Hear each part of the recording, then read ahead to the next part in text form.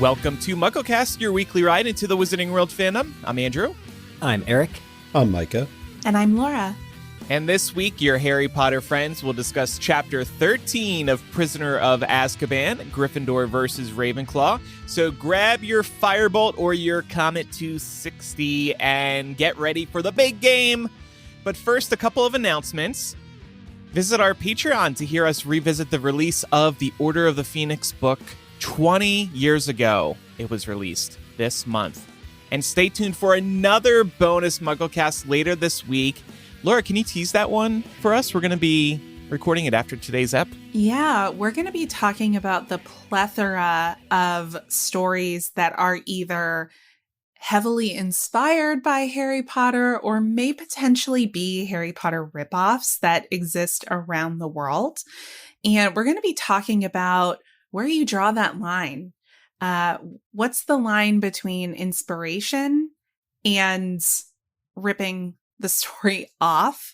I was first inspired to look some of this up by an anime that my boyfriend and I have been watching called Mashal, Magic and Muscles, which is based on the manga of the same name. And it is very clearly drawing inspiration from Harry Potter. And I thought we could spend some time looking at examples there. So that'll be what we do in bonus MuggleCast this week. Sounds good. So yeah, we're doing 2 bonus MuggleCast installments every month now. So lots of bonus content available on our Patreon. And that's just the start of what you get on our Patreon. So check it all out at patreon.com/MuggleCast. 7-day free trials are now available. So pledge today. Check it out. And if you're enjoying MuggleCast and think other Muggles like you would too, tell a friend about the show. We would also appreciate if you left us a review in your favorite podcast app. And oh, wouldn't you know it, here's a review now. This is from I Heart Mooney, who wrote on Apple Podcasts, I am a teenager who has recently been going through some hard times in many aspects of my life. Harry Potter has always been a staple of comfort for me, but rereading and rewatching the books and movies over and over again can get a little tiring. This show has become my way of entering the magical world of Harry Potter. Whenever I'm sad, you guys never fail to cheer me up. Thank you so much for all that you do with the show, and keep it up. A very grateful Ravenclaw. Aww. Isn't that nice? Thank you, I Heart Mooney. We heart you back. Oh. And one more review I wanted to read. Skadoosh123 said, love this in Ohio. I love Ohio. I live in Ohio. Thank you, Skadoosh. Classic. Ohio is for lovers of MuggleCast. Yeah. Is that the state that does the for lovers thing? Isn't it Virginia? I think Yes, Virginia does. I knew that. Somebody came out with a song, though. Yeah, Ohio that's is what for I was lovers. thinking. Yeah, Yeah. come back to Texas. Weirdly, it's not even about Ohio. Thank you to everybody who leaves a review. We really appreciate it, and it helps us be discovered by new listeners. So, And thank you to everybody who listens to us in Ohio and Virginia. okay, now let's get to our chapter by chapter series. We're rereading Chapter 13 of Prisoner of Azkaban, Gryffindor versus Ravenclaw. And as always, we'll start with our 7-word summary. Very excited about this, taking a week off and then being put in the prime position for the first word this week. Yep. You're on the spot, Eric. I love it. I'm ready. Cho Distracts. Harry. With her Amazing. looks.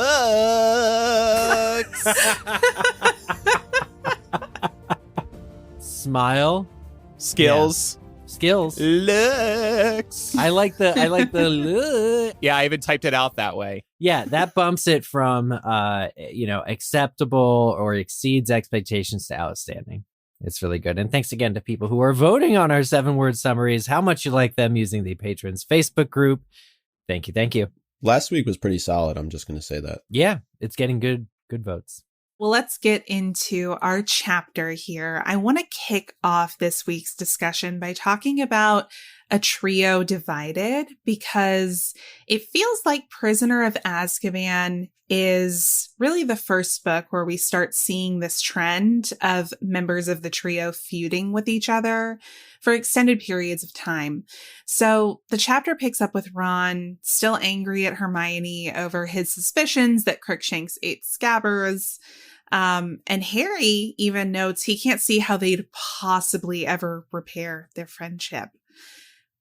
And on that note, I'll just add, Ron's mourning of Scabbers does seem surprising, I think, to other characters, but I think also as readers, because he never had very much nice to say about Scabbers until Scabbers' life came under threat by Crookshanks. Right, Micah? Yeah, even Fred notes that Ron didn't care much for Scabbers, but I just wanted to say, let's not forget that Ron doesn't have many things to call his own. And look at Scabbers, he's a hand-me-down pet, much like Ron had a hand-me-down wand through the first 2 books of the series. So I think it could also be that Ron just has a sense of ownership over Scabbers, and he keeps losing the things that are important to him, and nobody seems to care. And it actually ties nicely into the end of the chapter. I know we're a ways away from that, but Ron just, he has a rough go of it. I mean, nobody believes him at the end of the chapter, and we can talk more about how generally throughout the course of the series, he always seems to need that extra level of validation in order to be believed. But in this moment, I just think it's his pet. Like, regardless, it means something to him, and nobody's seeming to really care about that. It's classic for, I want to say children, and I want to say roughly around this age level, but I think this is maybe applicable to all ages. You don't usually appreciate what you got till it's gone or is threatened. And yes, Scabbers is kind of pathetic. And I like the way that, you know, his family, you know, especially Fred and George, try and talk to Ron about, like, you didn't really like him anyway. But nevertheless, it is the principle of the thing. Is like, we can't discount how many scenes already in this book Scabbers has just been in Ron's pocket. It's probably like a little warmth and a really nice little kind of buddy. companionship. Yeah, little buddy. Ron's had this little buddy. Yeah, he doesn't think much of him, but he's been there all of Ron's schooling life. And that's not and nothing. tied to the family, which is worth something too. Yeah. So it is right. And it is right to point out that, like, Ron doesn't have much. And I don't think it's being overdramatic for Ron to be upset in this way, especially and upset with Hermione. The thing is, like, what we're seeing, Laura, and you're right to point out this overall trend where from now on the trio can disagree with each other. And I think that points to their growing up. It points to their becoming their own individuals. Like, it was really, really important for them to all be a solid unit last year because Harry's going through the whole thing with the Chamber of Secrets and the Heir of Slytherin. But now is when they start to be able to kind of handle that, like, discord within them. And they're old enough to kind of deal with it. It's nice that in this book, it's not against Harry. Nobody's mad at Harry in this book, because next book they will be, but he's able to kind of have to navigate some of these feelings. Yeah, no, it's a great observation. And just to do kind of a high level overview of what we're about to see for the rest of the series, you know, we see obviously in this book, Ron and Hermione feuding over Crookshanks and Scabbers. And then there are these early themes of Harry self-isolating that we've connected the threads to Order of the Phoenix about. Then obviously in the next book, Harry and Ron actually feud because Ron is jealous and he feels betrayed by Harry. He thinks that Harry entered the Triwizard Tournament without telling him and is lying about it. Ron's also deeply insecure, which we see manifested throughout the entirety of the series. And then Ron and Hermione also have a feud in the next book over Ron's jealousy of Hermione having, you know, a romantic relationship with Victor Crumb. And he also just feels, I think, probably, again, insecure and maybe a little shown up by the fact that it's his Quidditch hero of all things. You know, then we see in Order of the Phoenix, Ron and Hermione are more of a united front, and Harry does some heavy self-isolation, and he's pretty pissed at them for a good chunk of that book. In Half-Blood Prince, Ron and Hermione are back at each other's throats, and this time it's very directly over their jealousy and their unspoken romantic tension. And then in Deathly Hallows, we have, Harry and Hermione as more of a united front, and Ron as the outsider for a good chunk of the book. Again, going back to Ron's jealousy and his insecurity. So there are some pretty consistent themes going here throughout the books, and we really start to see them manifest here in Prisoner of Azkaban. But I wanted to ask us to put ourselves in our 13-year-old selves' shoes.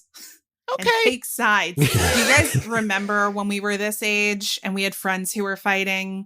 There was usually an element of the friend group picking sides over who they thought was right Definitely. in the fight.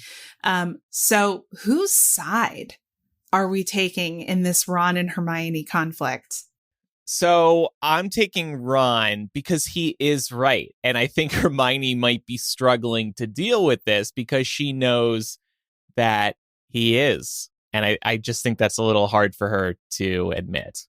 I struggle to side with Ron. I think he lacks a serious degree of tact most of the time. And his approach is very emotion fueled and not necessarily the wisest at any time. But in this one instance, again, I find myself not siding with Hermione. And for me, it's more about we really don't see her make any effort to actually coach or train Crookshanks to stay away from Scabbers. To a certain extent, a cat is going to cat. But what is Hermione putting in place to really actually restrict? Because a cat is a cat, that's on the owner to then actually remove Crookshanks from the situation. And from later this chapter, when we see Crookshanks on the grounds of Hogwarts, it's pretty clear that Hermione just lets him go wherever he wants. And so for that reason alone, I just don't think she ever took Ron's concerns seriously, and not seriously enough to do anything about it. And so when it appears that Scabbers has been eaten, then yeah, I have to side with Ron. Eric has a cat, and you can tell because he's speaking very passionately about this subject. Look, it's like cats, like, yeah, they're mischievous and they're gonna, like, we say to our cat all the time, Martha, she's like goes and knocks like earrings and necklaces off the side of the table. Like we see her do it. We see her sitting on the ground looking up at it like she's gonna do it. Then she jumps up and then we see her and we say, hey, she looks at us. She looks back at the thing. She goes anyway. Like it's our responsibility to get up and pull her away if we don't want her to. That's Hermione. Hermione's like, no, Crookshanks, like, oh, leave Scabbers alone, whatever. She'll say it, but she's not putting any action in place to actually prevent what happens from happening. So unfortunately, look, Hermione's young too. She's the same age as Ron. Like we can't put her on some kind of pedestal here. But we're going to see Martha slowly like come behind you, Eric, during this episode. Yeah. I closed the door for that reason, because otherwise she's all over. But no, I mean, you know what I'm saying? Hermione really just could have shown some effort as a cat owner. You really gotta sometimes save them from themselves. Do y'all think maybe, and then I want to hear what you have to say, Micah, but do y'all think that maybe Hermione's in a little over her head with Crookshanks? Because he's not just a house cat, he's part Kneazle, which is a different experience than what some of her peers are going to be having with their pet cats. And I don't think know if Hermione's ever had a pet before. So I'm imagining if Crookshanks is her first true pet and it's not just a cat, it's a cat / Kneazle, there may be an extent to which it's hard or damn near impossible for her to control it. Yes. You see, that argument works kind of both ways, though. I think that in general, in answer to your question, is Hermione like over her head? Yes, because this whole year she's over her head with everything she's got going on. But if Kneazle is a smarter cat, so you're like, oh, I put him in a room, but he figured out how to use the door on the room and get out, right? So you're like that. But on the other hand, if he's a smarter cat, her being able to just verbally tell him no should work more than it works on a regular cat too. So like, because he's smarter, he can take direction better than a normal cat. So it's like it works both ways. Like Crookshanks is more aware than any other cat would be why Hermione is saying don't do this. and he does it anyway. So like, I don't know. I just see it working both ways. Yeah, it's interesting because, and I would love to hear other pet owners weigh in. I've always felt like the smarter a pet is, the harder it is to get them to cooperate because they have independent thought and they're like, I'm not doing that. But there's magical kennels. There's magical, like she could make like Hermione could figure out the Newt Case extension storage charm, and Crookshanks could have his own play park, like inside a drawer in a dresser up in the girls' that dormitory. Would be sweet. It would be awesome. But like that's the thing. Cats need exercise. They need especially cats, but also certain dogs too that are high like functioning mentally. They need a puzzle. They need a plaything. They need stimulation. And it looks like Hermione is also not providing Crookshanks any of that either. So Crookshanks is going to be up to more mischief because he's sitting around and not being challenged on a regular basis. Yeah. And I like your point about Hermione being in over her head with her course load, and then also adding a pet to her life, presumably for the first time. That's just another layer of how much she's taken on in her third year. I feel like Hermione would be much more attuned to what's going on with Sirius, and maybe even figuring out that Crookshanks was involved in a lot of what was going on if she wasn't so much over her head. We know she's very good at figuring out what's going on. She does it in Chamber of Secrets. And I think just the coursework for her at this point is so overwhelming that you see the effects that the stress is having on her. And I think that also lends itself, as you guys were saying, to how she's behaving towards Ron. For me, I do side with Ron as well, just because Hermione is, if for nothing else, she's unapologetic. And that piece of it, she doesn't even apologize for what Crookshanks most likely did in this situation. And that's surprising because Ron's a good friend. And she's known Scabbers for at least 2+ years at this point. So you'd think that she would be a little bit more empathetic to what's going on, but she's really standing her ground. Yeah, the worst people are the ones who can't admit that they're wrong. And I think that's the thing. I mean, I ultimately agree with y'all. And I think for me, it comes from the fact that even if Hermione believes in her heart of hearts that Crookshanks didn't kill Scabbers, which, you know, we're going to find out later that he didn't, even if she truly believes that, the fact that you can't step outside of yourself and recognize that your friend lost their pet and is hurting, and you can't even say, I'm sorry, is the reason why I side with Ron here. Unfortunate for Hermione because that's the situation she's in this chapter. It seems like everyone is turning their backs on her. She's in the corner of the common room at all times, nose buried in her books, incredibly stressed out over this immense workload that she has landed herself with. And it's clear, I think, that she wants people to come engage with her because otherwise she wouldn't be there. I mean, she's literally there studying in the middle of a party, but she doesn't know how Buzzkill. I know, but she doesn't know how to, at the same time, she doesn't know how to deal with the situation that she's put herself in, because when Harry tries to talk to her, she's like, leave me alone, Harry. I have so much studying to do. Which is true. But she feels like an outcast in this moment, I think. It's like, how do you work yourself back into a situation? We've all been there when we're feeling like, I don't know if I can squeeze into this party, this group of people, etc. You got to learn your limits as part of, you know, the whole growing process. And Hermione is, like you're saying, clearly in over her head. What I like about it, Micah, to your point, Hermione's a great puzzle solver. She actually has already figured out about Lupin too. And that comes up in this chapter. She's like, isn't it obvious?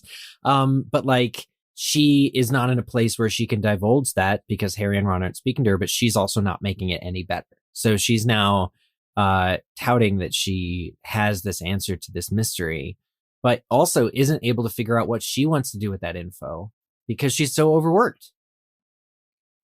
Yeah. Well, let's give Hermione a break here. She's going through a lot. I wanted to bring up a point that Chloe actually surfaced last week and ask y'all based on this chapter. Do we think that Ron, even though we think he's justified in this instance, is he looking for reasons to be mad at Hermione in this book? Just thinking about some of the earlier accusations about Crookshanks where nothing had actually happened yet. Thinking about the firebolt example where we established last week, the firebolt would have been confiscated no matter if Hermione said something or not, but she was kind of the convenient scapegoat because she did say something. Is Ron, is he predisposed to wanting to be mad at her? For me, it's like a question of Ron's such a simple kid. He's easy. Just don't come after his Scabbers and don't come after his friends, and you get along with him fine. We don't see him picking fights with other people, and he has all these wants and dreams, like one day being Quidditch champion, but like he doesn't ever act on them. He's wallflowering. He's very, like, at this point in his life, it's very easy to be on Ron's good side. You just let him alone. And so I don't think he's picking a fight or looking for a fight or looking for adversity. I think he has trouble forgiving people who've wronged him, and that's a lifelong journey. But I don't think he's actively picking a fight. I would accuse him more of that, maybe like in the next book, in some of the things from Harry, where he lets his own insecurity tell his mind lies. But in this book, very much this whole situation with him and Hermione was led by Hermione's cat and sort of her not taking that seriously. And so I don't think I would characterize it as him looking for a reason to be angry. I think too, it's just Ron, in the case of the firebolt, he's defending Harry. Yeah. Right. And he's looking at it from the perspective of his best friend just got this really awesome gift, and in comes the buzzkill to hand it off to Professor McGonagall. And so the other thing, though, that I'm kind of curious about with Ron is he's a lot smarter than many people give him credit for. Yes. And he has already several times throughout the course of this book noted that it's impossible for Hermione to be doing everything that she's doing.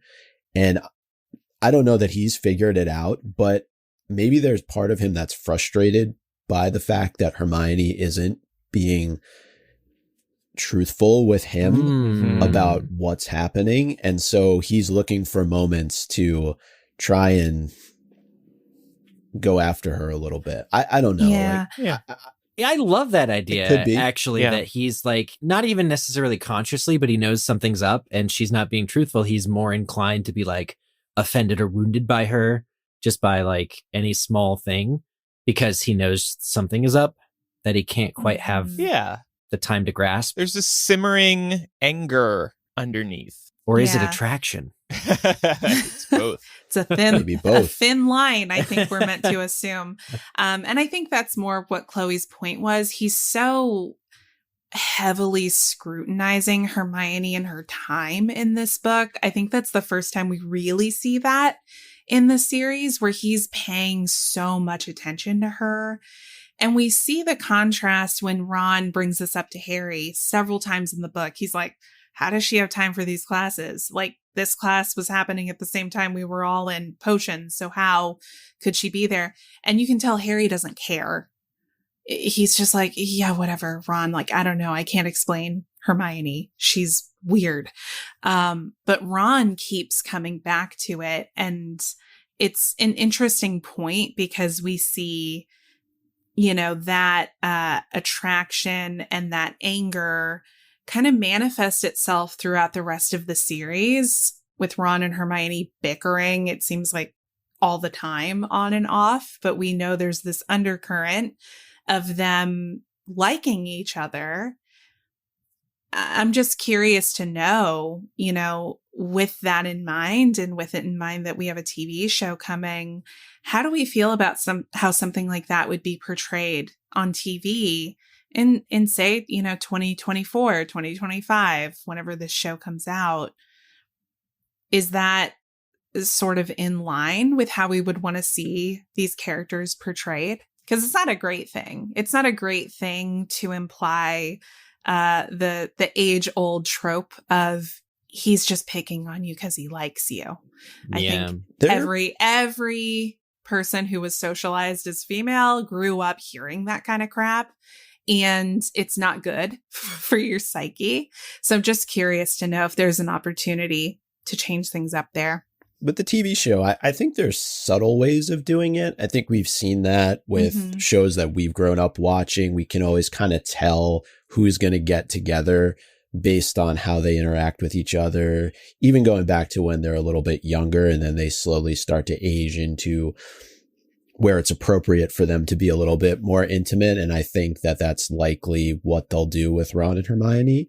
But I don't know how explicit they're going to be in Prisoner of Azkaban's adaptation with this kind of stuff. I don't know that it even really serves the plot that much. It's a credit to the writing that it's a build up. I mean, it's not until book 6 it's like the first overtly romantic book where any of these feelings are, where the subtextual is really textual, with a few notable exceptions, like how Harry feels when he looks at Cho, which is also in this chapter.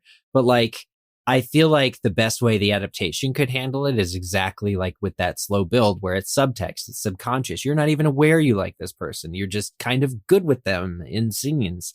And then eventually as your feelings develop, you begin to like do double takes and look back and be more introspective. So they would probably have to do a little bit more. Well, they would want to do a little bit more about the Ron and Hermione thing because it simmers for a couple of years to like invent moments where we can really touch back on, call back to, but I don't think they'll change anything drastic and make it more, I guess, explicit or really call it out sooner than the time when that would occur in the books, which is basically the Yule Ball area. The other thing to keep in mind is we know where the story leads. So even if the writers and directors aren't intending to imply a future relationship, we're still going to look at certain scenes and dialogue and be like, oh, that was totally a hint of where things are going, even if they didn't intend to make it that way. So it's really unfair. You know you're going to get a Harry Hermione hookup at some point in this series. It is HBO. Only if Nick Cave can be playing in the background. Oh my God. Well, before I move on from this, I wanted to ask y'all quickly, just as we're reflecting on our own teenage years, do y'all remember any fights you had with friends when you were around this age? And as a secondary question, looking back on those things, do we feel as strongly about them now as we did then? We see Harry noting in this chapter, this really seems like it's it. Ron and Hermione are definitely done.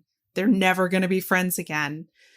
Did we ever have that sentiment as teenagers with any of our friends? It's just, if I can just like really quickly, it's just so funny that that's Harry's perspective on things. Like they're never going to get back together. They're never going to be friends again. It's such a 13-year-old. Well, yeah, exactly. I mean, you think the world is over when you're in a situation like this. Yes. I don't know. Like it's comical to like on one side you have Harry who's very concerned about whether or not Ron and Hermione are ever going to be friends again. But on the other side, he's being chased down by a mass murderer and, you know, is having to deal with everything. I don't know. It's like two completely opposite ends of the spectrum. Sometimes you need the lower stakes you drama. Need the balance. Yeah. To balance it all out. I don't remember a huge falling out about much, but when we were kids and yet you get invited to like birthday parties and there's usually like a large group of other kids, I was always very mindful of getting that invite. I think, as a kid, you want to like looking at it from an adult perspective now, we know like if I ever didn't get an invite, it probably wasn't personal. There's a very like easy math equation. Who are your child's closest friends that they just hang out with the most? They're going to get the invite. It has nothing to do with how much they like you. So like, I feel like something that felt insanely personal as a kid just clearly wasn't really, it was like I should be upset that I'm not invited to something, but like, I also never really see this person. They're like a tertiary tier of like somebody I'm vaguely familiar with. They're an acquaintance. Like, I don't know. It's just like that different perspective, of like, this isn't personal at all. And it just, everything feels so personal because it's your world when you're that young. Yeah. And everything feels so much bigger when you're that young, right? Like, and I think that's the point here. I definitely remember, I look back and I remember plenty of times where my friends and I got into fights when we were in our early teens. but I don't remember what we were fighting about. So it clearly wasn't that important, but our worlds were so much smaller at that point that it was everything at the time. I will say, too, pet death is not something you get over. I still remember No. I had rabbits that were eaten by a neighboring dog, and I'll never forget that. Or really, like, it's still traumatizing the day of. I thought I couldn't live anymore because my pet rabbits had died. Like, and it's just the pain fades or whatever, but you never really forget something like that. So at least props to the author for coming up with something that actually is a little bit more lasting. Like if Pettigrew hadn't, I think the only reason Ron is ever able to mostly get over it is because of what Scabbers turns out to be.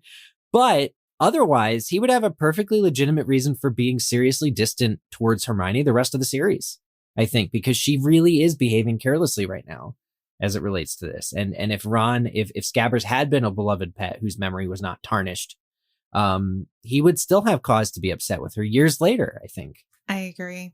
Well, we're going to move on with the discussion in a moment. I know the trio isn't old enough at this point to be looking for jobs, but I think we know that if they were, Hermione definitely should not be in the pet industry. So Andrew, maybe you can give her some tips. Maybe the dentist industry.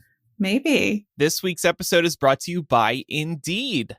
Hiring for your business can feel harder than being against a seeker who owns a Firebolt while you own a Comet 260. But now I actually look forward to hiring because I use Indeed. Indeed is the hiring platform where you can attract, interview, and hire all in one place. Don't spend hours on multiple job sites looking for candidates with the right skills when you can do it all with Indeed. Find top talent fast with Indeed's suite of powerful hiring tools like Indeed Instant Match, assessments, and virtual interviews. Their best feature, in my opinion, it's Instant Match, which takes care of the hard, tedious work for you. Just sponsor a job, and within moments, Instant Match shows you candidates whose resumes on Indeed fit your job description. Plus, you only pay for applications that meet your must-have requirements. With Instant Match, over 80% of employers get quality candidates whose resume on Indeed matches their job description the moment they sponsor a job. When you sponsor an Indeed post in the U.S., you're 3 times more likely to get a hire, according to Indeed data. The right candidate is doing everything they can to find you, and if you use Indeed, you can be sure you're doing everything you can to find them too. Visit Indeed.com/MuggleCast to start hiring now. Just go to Indeed.com/MuggleCast. Indeed.com/MuggleCast. Terms and conditions apply. Cost per application pricing not available for everyone. Need to hire? You need Indeed. All right, let's get into some Quidditch. This is the mantelpiece of this chapter, I think. So we have the Gryffindor versus Ravenclaw match, and it's Harry's first Quidditch game since his disastrous match against Hufflepuff, where he fainted due to Dementors swarming onto the field. And it's also his first match with the Firebolt after he gets it back from Professor McGonagall.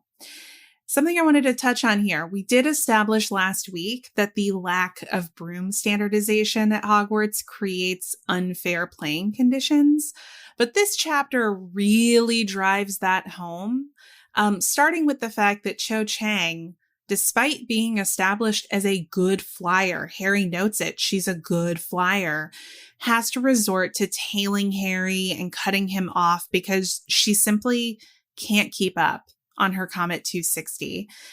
Wood even mentions this during practice. She'll never be able to keep up with you. She flies on a Comet 260. So it doesn't matter that she's good because she just is using less optimal equipment to play the game. So it's clearly common knowledge that the Firebolt gives Harry an edge over anyone flying anything less. Yeah, and Lee Jordan is doing color commentary during this game, and he's basically, well, in McGonagall's mind, he's doing ads for the Firebolt. I actually thought it was great color commentary. It didn't feel like ads to me, and I think as a viewer, it's probably helpful to know about Well, as somebody who reads ads, hold on, you would be... Go ahead. I was trying to make a joke, but it didn't land, so... It's okay. Yeah, I guess I see where you're going with that. But it's just like, I thought it was insightful commentary. It didn't feel like advertising for the Firebolt to me. And I write ads and perform ads, so I would know, right, Micah? Correct, Andrew. Indeed. I want to know more about the precision balance and the special twigs and that's all very interesting stuff. The built-in auto brake. Well, and that's your job as a commentator. You're filling in the dead air with remarks on, the skills of the players or their equipment. Absolutely. But yes, it does highlight just the major advantage with the Firebolt. Totally. And this is something I think that they have to max in the upcoming TV show. Lee Jordan and McGonagall going back and forth with each other. It's great comedy. I agree. In a way, we did get a bit of that in the Harry Potter quiz show. We did. Yeah. Because the actor who plays Lee Jordan, Luke Youngblood, does like commentary in the quiz show, which I thought was a nice touch. That's great. But the Firebolt is a huge deal because even Draco comes over. And for Draco to come over, he's definitely, despite whatever nasty things he's going to say to Harry, like, he wants to check it out. Yeah. He wants to see how good this broom actually is. And this is probably one of the more tame moments in the entire series between Harry and Draco. But I thought it was important to note that he does come over. And then for me, I know we're going to get into this more, and Chloe brought it up last week. Laura, you just mentioned it, but the lack of standardization really creates unfair competition. But what I was curious about is, does it minimize Harry's ability as a Quidditch player? Because if you have all of these other players that are on brooms that are less than, and the Firebolt, is it really masking Harry's inefficiencies as a Quidditch player, or is it enhancing it? That's what I was thinking about as I was reading through here, because he always has the best broom on the field. Yeah. Well, that's not necessarily true. When last year all of the Slytherins get Nimbus 2001s, Harry has to step up his game on his Nimbus 2000 and still manage to get the snitch over Malfoy. And that's why I'm actually really impressed by what Cho does and is able to do on the field this time, because, I don't see it necessarily as underhanded or beneath her to be able to fly out in front and block Harry. I think that's the whole game. I think it's a tribute to her skill that she's even able to get in front of Harry, because his broom is stated to be this insanely great, awesome broom. The fact that she can even make him think about her and her moves or pay mind to her is actually a huge testament to her Quidditch skill. Yeah, well, and I think it's a testament to something else that we get a little blink and you'll miss it moment here before they even take off. Harry feels a lurch in his stomach when Cho smiles at him when they're standing on the pitch together before they take off. And of course, that's a great connecting the threads to Order of the Phoenix. But to that point, Eric, I really want to talk about Cho's gameplay here in response to the Firebolt, because it feels like that's her only tactic. It's impossible for her to compete with Harry otherwise, unless she's trailing him, unless she's blocking him. I mean, we even see, Madam Hooch get in on the touching Harry's broom game. I mean, the fanfaring of the Firebolt. What? I wanted to say earlier too, Draco clearly has broomstick envy when he just comes over. He can't even think 100%. About what to say. But yeah, the Firebolt, I mean, that's your only tactic. Think of it like boxing. If you're boxing out, and I don't know anything about boxing, but I'm using it anyway.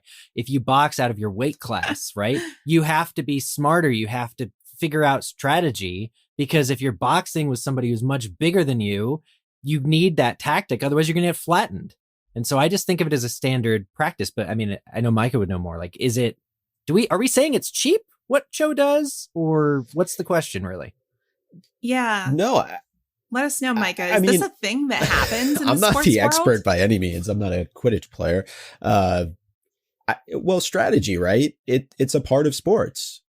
If you think about today's sports statistical information, in order to inform how teams plan for different opponents, is definitely something that we see quite a bit of. But in this particular case, though, we're talking about a clear competitive advantage, which isn't based on talent, but it's based on the equipment that's being used.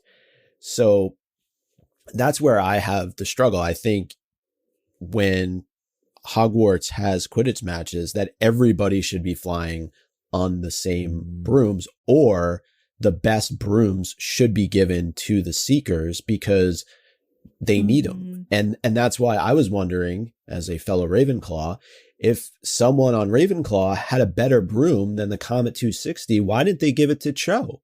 Great question. Good. Yeah. I mean, I'm not saying that they all had better brooms, but surely somebody in Ravenclaw House somewhere. Well, just the fact that they all have Comet 260s says to me somebody made a gift to the Ravenclaw Quidditch team a few years ago when that was the hot broom. Like that. It's Gilderoy Lockhart. But so that actually, again, like what you're saying about broomstick standardization, it's something I never would have thought that I'd be thinking about. But you're right. You're 100% right. Like they should be on an equal playing field so that their talent alone can differentiate, can shine. And I wonder if Hufflepuff and Slytherin would have taken a different approach. You know, we know Ravenclaw House is known for certain things, and so being strategic would certainly be one of them. And I liked what you were saying, or what you had in the document, Andrew, about how, you know, with Cho adopting this like strategy of following Harry everywhere where he goes, like, should there be some sort of penalty that is given for doing something like that? Because yeah, it's strategy, but it's also kind of cheating in a way. Well, I would like to see how it's cheating. I feel like there should be some sort of rule kind of equivalent to offsides in real sports, where I'm not sure you should be allowed to trail somebody who has spotted the snitch before you. It seems a little unfair. You're just copying where they're going, whether or not they actually genuinely see it. I don't know. Something's never sat totally right with me about that. You just feel like, it seems like they're a copycat. Because it's not just, hey, Andrew found the snitch, so I'm going to go in that same direction that he's going. It's literally following him for the entirety of the match. Yeah. There's a difference. You're not seeking the golden snitch. You're seeking Harry, who's seeking the golden snitch. Okay, there is a point in this chapter, to be fair to your guys' like whole argument here. There is a point in this chapter where Harry notices that Cho has stopped looking for it on her own, and her strategy is to follow him. But because she switches to that strategy, tells me that she was initially looking, as long as she's not spending the whole. Yeah. Like, so it means that, you know, she uses both tactics. I'm sure Harry himself. Yeah. And I'm speaking generally here, too, not just about this particular match, because during the final pursuit of the snitch, but like there should be an offsides type of rule if they follow for longer than X number of seconds prior to the fight. I don't know how it would work. I just want to see less copycatting. Yeah, like maybe make the Seekers go to both ends of the field, opposite ends of the field, every 5 minutes. You know, or something like, okay, nobody's got this niche. Yeah, like tag home base sort of type thing. Like a tag. Yeah, something like that, maybe. But in fairness to Cho, she's being put in this situation because her broom is not as good. Like, this is the strategy that she and Ravenclaw have to adopt because there's no way for them to keep up with Harry. Yeah. I was thinking almost maybe this is a way that Quidditch could include some kind of standardization to level the playing field. If both Seekers are on equivalent or roughly equivalent brooms, then maybe there should be an offsides rule to doing something like this. But if there's such a vast difference in the quality of broom, then maybe it's not fair to include an offsides rule because Cho has no way to compete otherwise. Well, and they've solved this at the international level because of the Quidditch World Cup, everyone's on a firebolt, right? Mm-hmm. So you don't get the Nimbus versus the Comet versus the Clean Sweep versus the Firebolt. It doesn't exist. Everyone's on the same broom, which is probably subsidized and heavily. Like they need to do that with Quidditch at Hogwarts, basically. Look at us making Quidditch better. Yeah. Otherwise, it's all about class again. It comes down to, I mean, I'm trying to think of an equivalent sport where the richest kids have the most competitive advantage.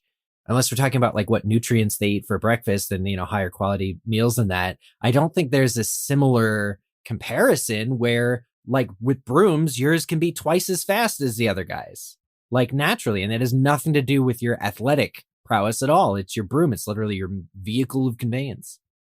Yeah, and I mean, to the point about how superior the firebolt is, this entire match only lasts for 2.5 pages, which is probably one of the shorter Quidditch matches we've seen. Yeah.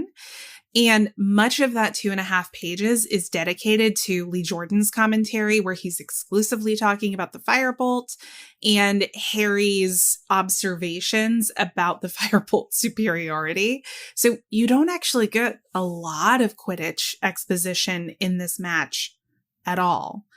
And part of me wonders if this kind of served the dual purpose of giving Harry a new broom, giving him the advantage, but also giving the author an out to not have to write as much Quidditch, because we know that was a struggle. Oh, yeah. She's talked about it many times that it was very hard for her to write Quidditch, and it's why it doesn't appear as much in the later books. And I also think there's only so much that you can do to make it interesting, right? Like, we've seen it a lot during these first couple of books, but you always have to kind of attach something additional to move the narrative forward or include something that's important for future books, like the introduction of Cedric Diggory, the introduction of Cho Chang. Right. So that's what she's doing here.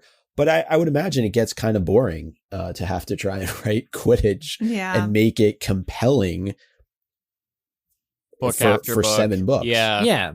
Well, like multiple times. The idea that one team can catch the snitch, but the other team still wins is like a really interesting thing. And you had that game where that happened. Then you had the game where it rained. And then you had the game, it's all very distinctive to your point. It's like, okay. Well, before Harry claims victory for Gryffindor, because of course he does, he has a firebolt, he secures another important victory, which is casting his first fully formed Patronus in response to what he thinks are Dementors on the Quidditch pitch.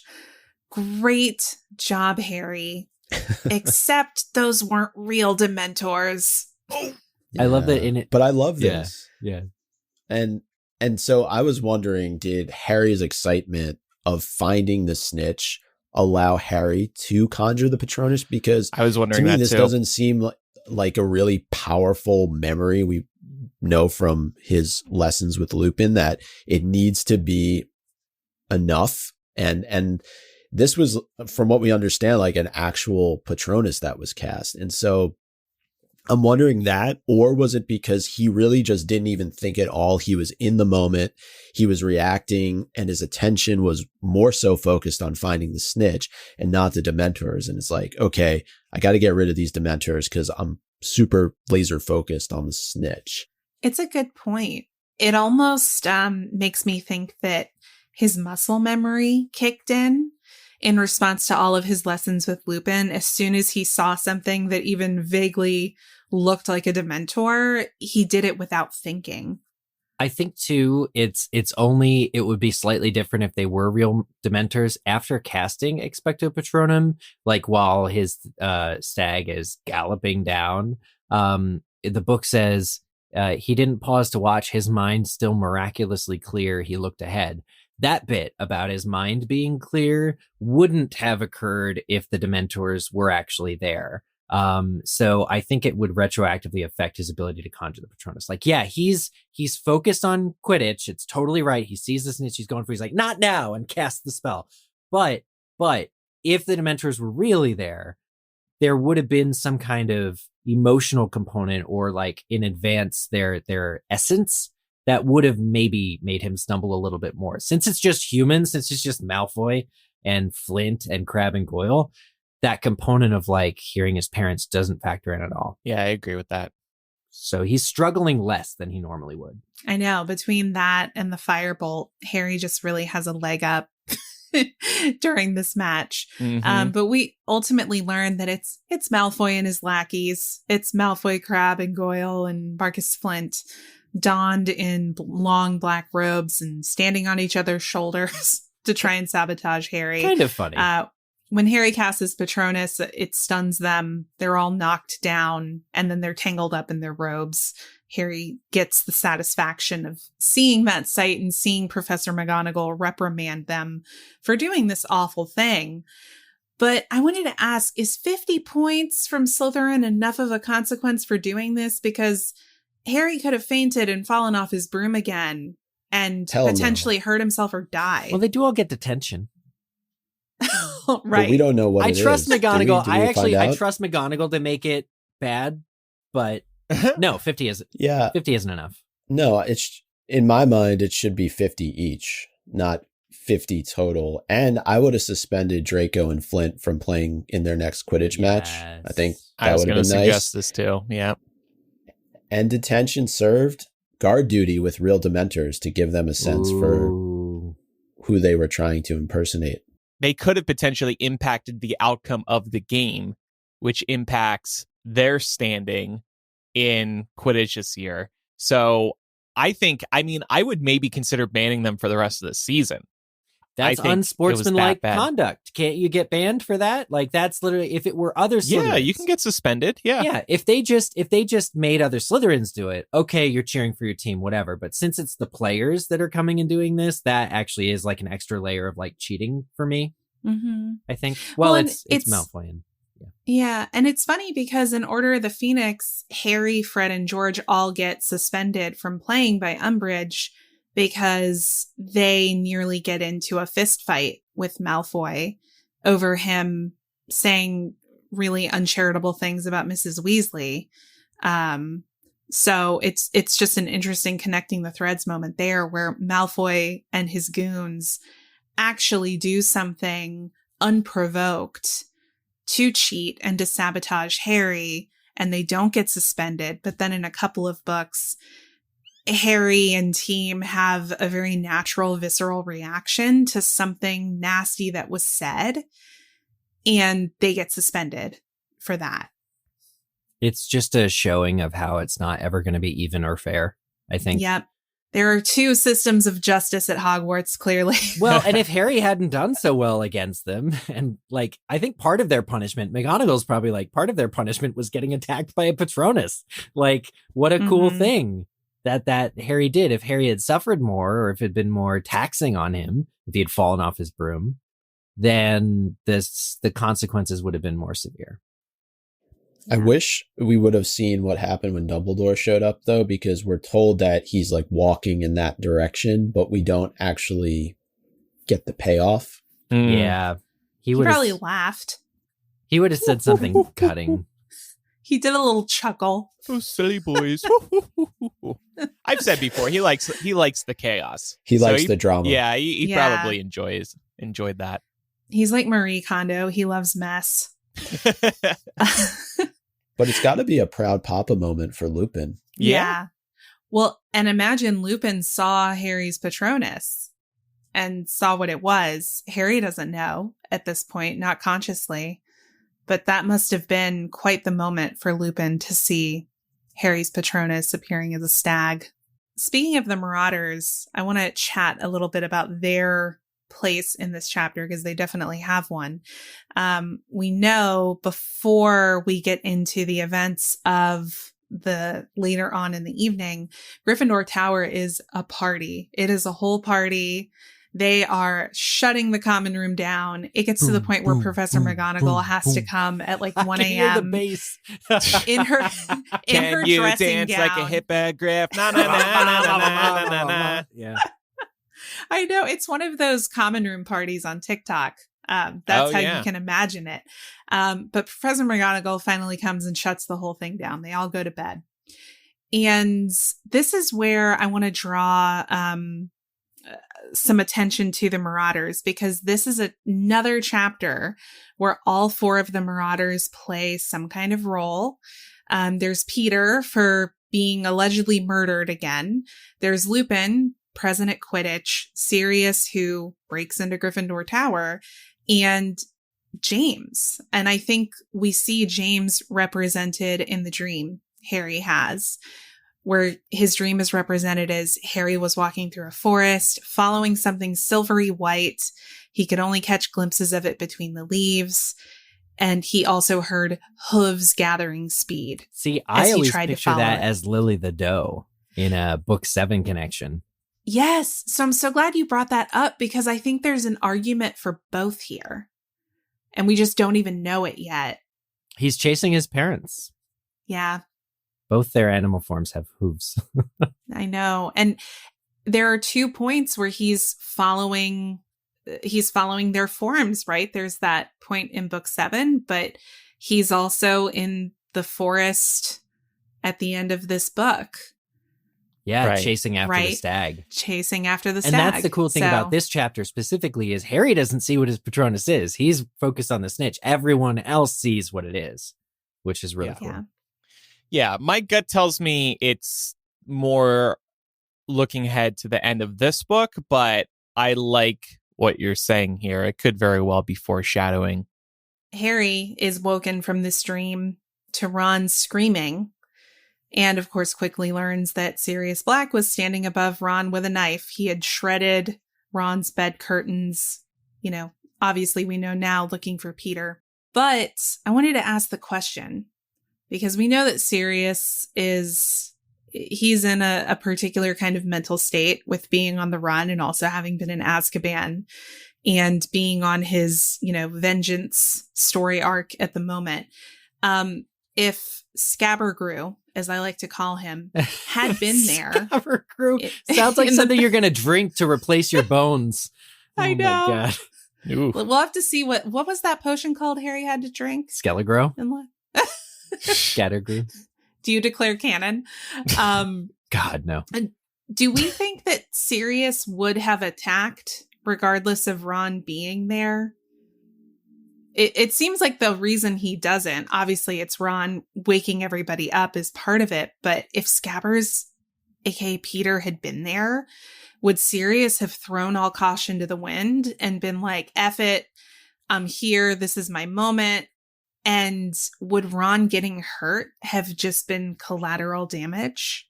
That's an interesting question. We don't want to put that on Sirius, do we? The fact that he would have and could have harmed a student, Yeah, that's really? making me uncomfortable. But yeah, he's mad enough to break into Gryffindor Tower while people are there. He's not using the holiday or anything. He needs Peter to be there. That means being around students. He would have injured a kid or hurt a kid collaterally in trying to get Scabbers.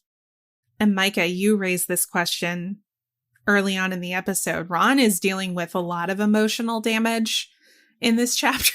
He is. And it's tough because nobody believes him in this moment. And he has to get Sir Cadogan to validate his claim that Sirius Black, in fact, did break in. Well, not break in. He was given full entry because he had the passwords. But it's just, I don't know if it speaks to a larger theme of Ron not being fully trusted when he presents information. He always needs like a second layer of validation from somebody in order to be believed. And in this case, it's a freaking portrait. And and I guess where I have the issue is, why would you believe Sir Cadogan over Ron? Yeah. Right? I guess because he was in the portrait. He's no reason to lie. Yeah. Yeah. It's not. But he's not even a real human being. Yeah. Like, you're taking the word of Sir Cadogan, not over Ron, but to validate Ron. I get that. I think it's because of the portrait's function as a purpose. Like there may be certain rules, or like they just don't have the level of human motives that humans have, like to lie. And so asking a portrait's like just checking security footage, basically, is like getting the answer back. A little bit more characteristically than you'd normally expect, but Yeah. And if people at Hogwarts listen to this show, they would know that Ron is a very observant, smart character, so they should believe him. Right. And the thing is, nobody believes Ron in this book. And he's Thank right. you. I mean, he's right about Crookshanks being after Scabbers, and nobody validates this concern. And then he's right about Sirius Black standing over him with a knife, and it requires getting, basically secondary confirmation from Sir Cadogan, who is nuts. I mean, it's established. Everybody understands this and agrees on this. I would add to that too, Laura, that he's right about Hermione. Yep. And the fact that she's clearly up to something because she doesn't have the time to be able to do all the things she's doing. He doesn't know 100%, but he's onto it. He's a smart character. Speaking of Sir Cadogan, right? If Harry is that important, why are you protecting him with a portrait, right? Like, if we know Sirius was in Gryffindor, we know Sirius is after Harry, shouldn't there be an extra layer of protection outside of Gryffindor Tower? You would think. Starting to sound like a security nightmare. Security nightmare. Here's the thing. Slashing the portrait didn't actually get Sirius through into the portrait hole last time, right? So he's come prepared with this list of passwords. Thanks, Neville. But that's because he learned from his last mistake that he does need to actually get the portrait's consent. So it is a stopgap. It is an effective measure to just have the portrait there because it stopped him last time. But I think they should have put an additional sentry or something out there for sure. Yeah. Well, and here's my question.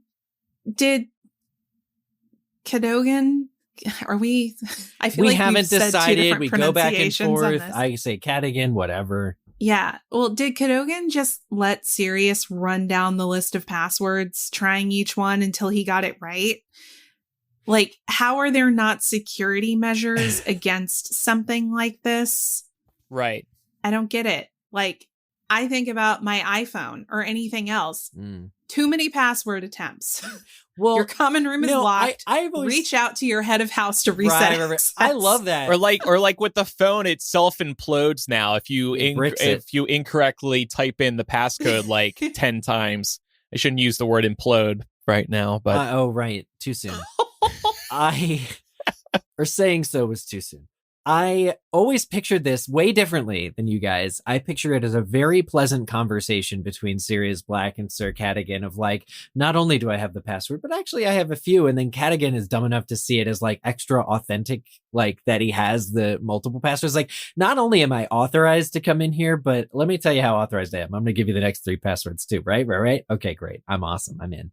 Like, I don't think of it as being the, let me try this. No. Okay. How about this? And he's like, oh, you did do your research, something like that.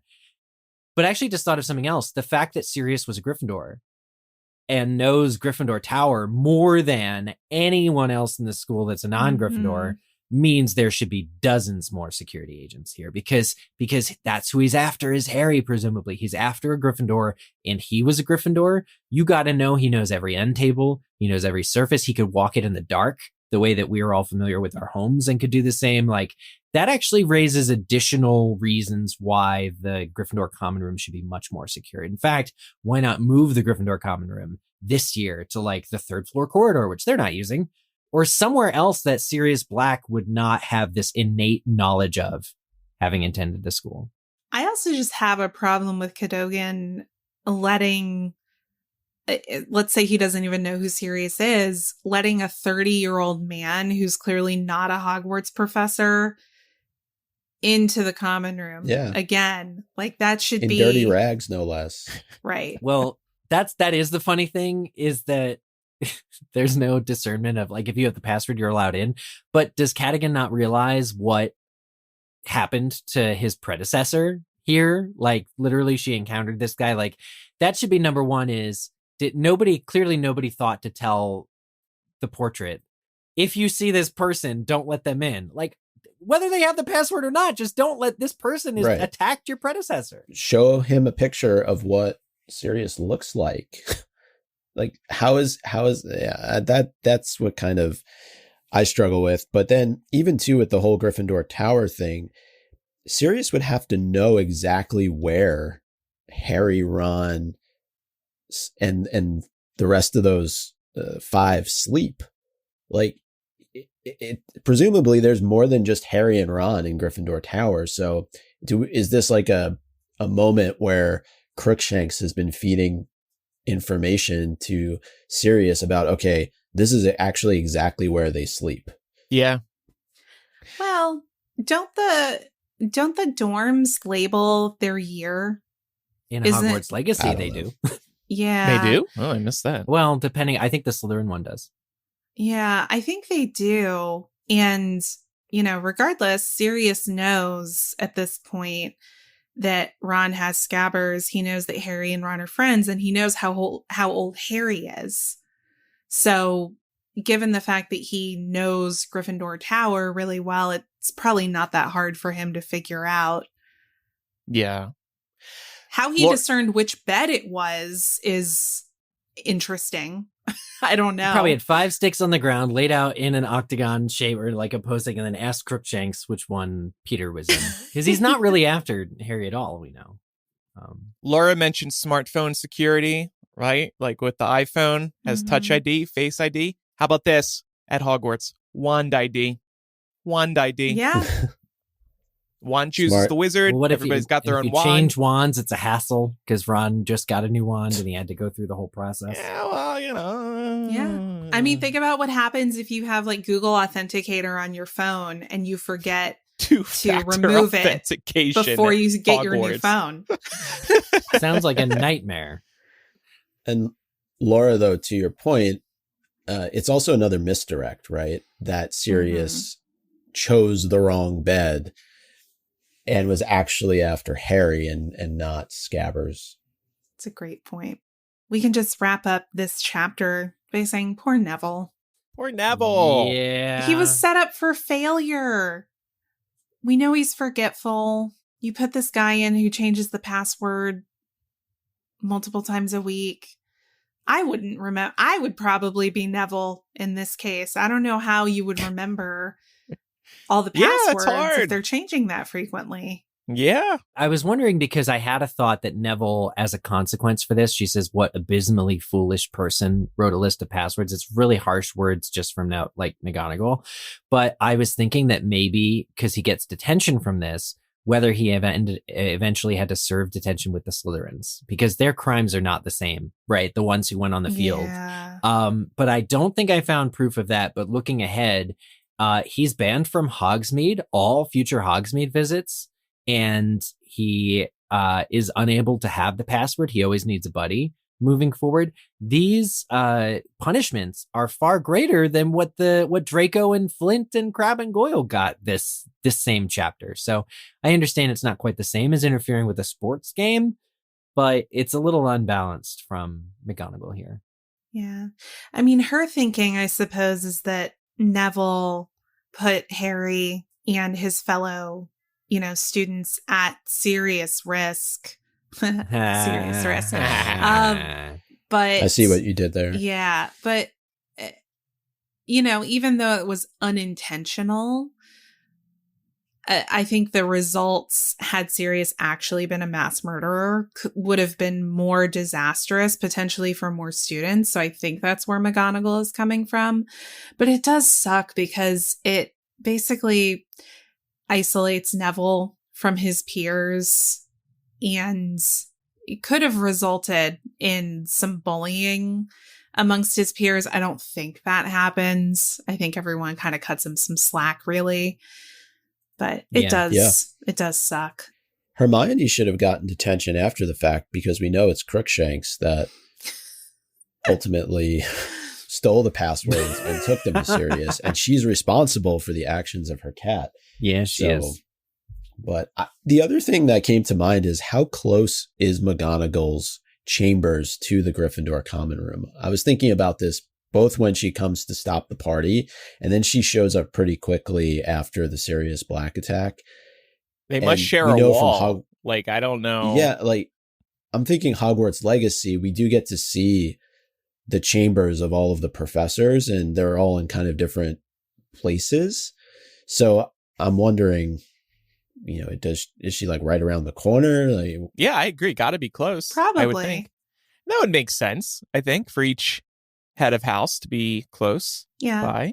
I think that makes sense. And that I think it's reminiscent of probably how a lot of boarding schools are situated, especially when they have these house situations or even just, different dormitories, especially when the kids are underage. I imagine there's some kind of I think the old school terminology was having a dorm mother. But something along those lines, it would make sense for that person to be close. There just needs to be a pull string right? Because none of these kids know how to send a Patronus or something to warn them, or maybe even use like a what's the word? The loud charm to get your voice loud. Like there's no way to really call your head of house without there being like a button or a pull string, like time to get off the bus, like come find us. Yeah. In Downton Abbey, they have kind of a pull string system. You rings a bell, pull the rope and it rings the bell. There you go. Yeah. Downstairs. One of those. Yeah. And Maggie Smith is also in Downton Abbey. So connecting the threads. McGonagall would hate that though. Like that the students could like force a bell to ring in her own quarters, her own private quarters. Well, why don't they have, if they don't have a dorm mother or something, or if the prefects aren't, it should be the opposite. In her sleeping quarters, she has a rope to pull that rings a bell in the Gryffindor common room. To shut up. Yeah, everybody shut up. Amazing. Well, she gives Percy some hell in this chapter too. Yeah. And he gets super defensive about it, of course.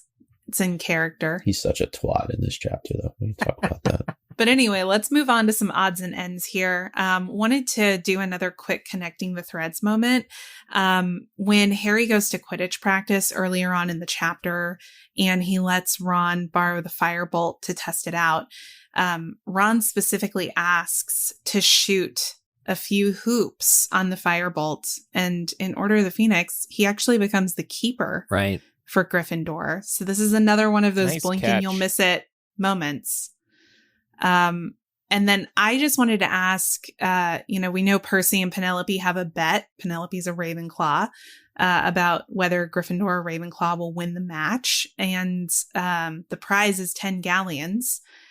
Is Percy really going to make Penelope pay this up? I feel like you're possessed to her credit. It's not her fault. She was possessed, but your possessed sister did petrify her last year.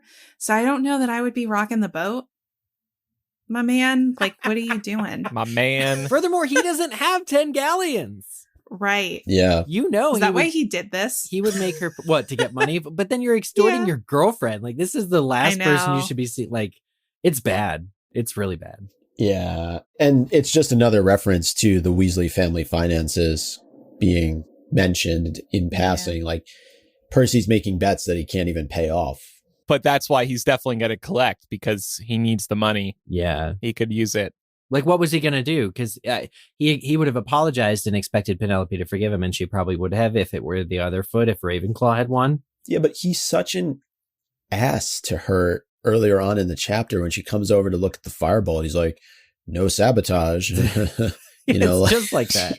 Yeah. I know. It's like, why are you dating her if you think she would do that? Why is she dating him? Yeah. It's his ministry persona is definitely starting to shine through early on. Yeah. Yep. It's a nice glimpse. And then one other odd and end, I think we may have mentioned this earlier, but Crookshanks begins to tail Harry and Ron.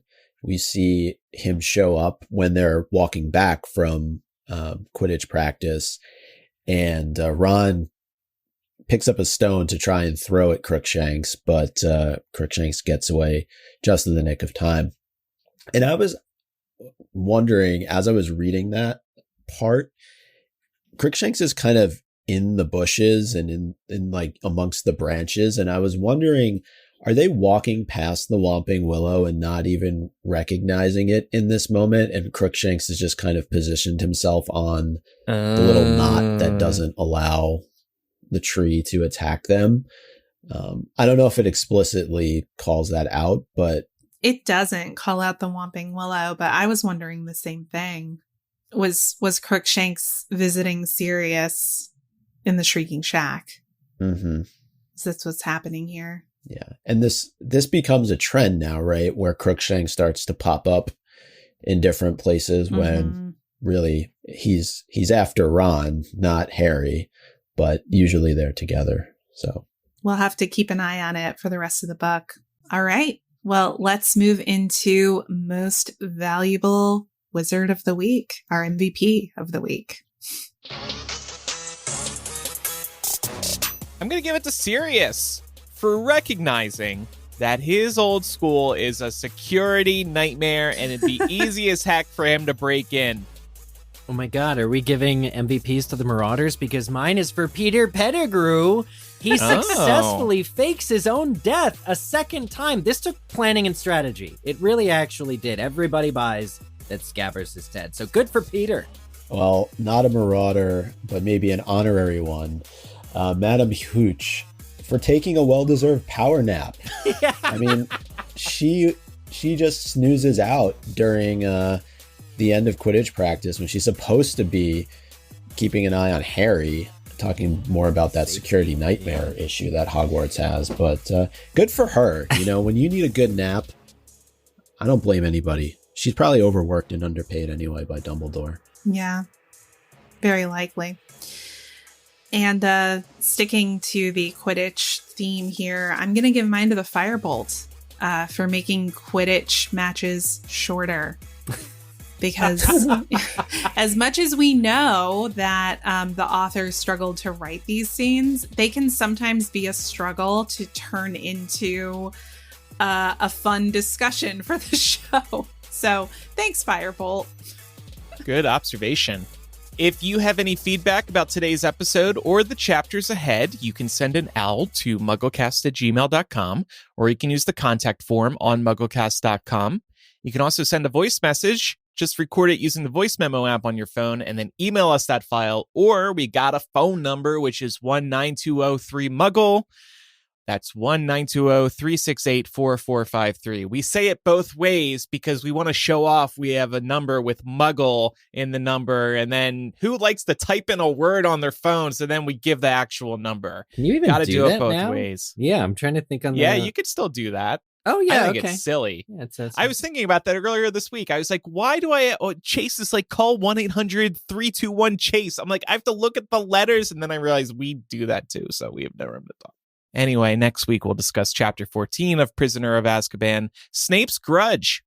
Yeah, that's a nice connecting the threads there, right? To Order of the Phoenix. Isn't there a chapter, Snape's Worst Memory? Mhm. Yeah. All right, it's time for some Quizzage. Thanks to Micah for taking over last week for me. The question was, No problem. What does Percy win from his girlfriend Penelope when Gryffindor beats Ravenclaw? The correct answer was, of course, 10 galleons. I think Penelope would probably pay up. Percy sucks. Correct answers were submitted by Agatha Timms' Eel Farm, Bring Back Quizzitch Live, Deep Cover Horror, Dobby Died. I love how people are just communicating with us through this. Yeah, through this yeah. line. I did just read our email address. You can submit it that way, too. Yeah, submit That there. feedback that way. That's the preferred method of feedback delivery. Somebody says Dobby died doing brave things. Yeah, yes, he did. Hufflepuff Plant Lady, Jordan McDonald, Lego Guy Karch, Lupin's Lady, Micah's radio voice, Penelope up, somebody said. Clever. Percy, I'm compensating for a small wand Weasley. Okay, that's fair. Ooh. Pig the Owl, Ravenclaw from Waxhaw, and Weatherby Forecast. So congratulations to everyone who submitted the correct answer being 10 galleons. Somebody did say 10 galleons for the hubby. Okay, all right. Next week's question. What does Flitwick do to the front doors of Hogwarts? Of course, find the answer to that question in the next chapter we'll be discussing. And submit your answers to us via the Quizzitch entry form found on the website, mugglecast.com/Quizzitch, or go to mugglecast.com and click on Quizzitch from the top of the main nav. And don't forget that Eric, Chloe, and I will be at LeakyCon 2023 in Chicago this summer from August 4th through the 6th. Listeners who are interested in registering for the convention can visit leakycon.com and enter code MUGGLE during checkout for a 10% discount. More information to follow on our panels, but we will be doing a MuggleCast meetup in the Chicago area that weekend. So whether or not you're in town for the convention, it doesn't matter. You can still come by and say hello, and we'll probably be finalizing those details soon. Right, Eric? We'll have more info on that probably sooner than we will have panel info. We mentioned Patreon earlier, but if you're an Apple Podcast user, for just $2.99 a month, you can receive ad-free and early access to MuggleCast right within the Apple Podcasts app. Patreon does offer more benefits, but if you'd prefer to support us right within Apple Podcasts, the offer is there. Just tap into the show and you'll see the subscribe button. Plus, a free trial is available, just like we have for Patreon. And don't forget to follow us on social media. We're MuggleCast on Instagram, Facebook, Twitter, and TikTok. And make sure you're following the show for free in your favorite podcast app so you never miss an episode. We release episodes every Tuesday. And please leave us a 5-star review if they allow you to and you're enjoying the show. Thank you very much, everybody. And that concludes this week's episode of MuggleCast. Thanks, everybody, for listening. I'm Andrew. I'm Eric. I'm Micah. And I'm Laura. We'll see everybody next time. Bye. Bye, y'all. Bye. Bye.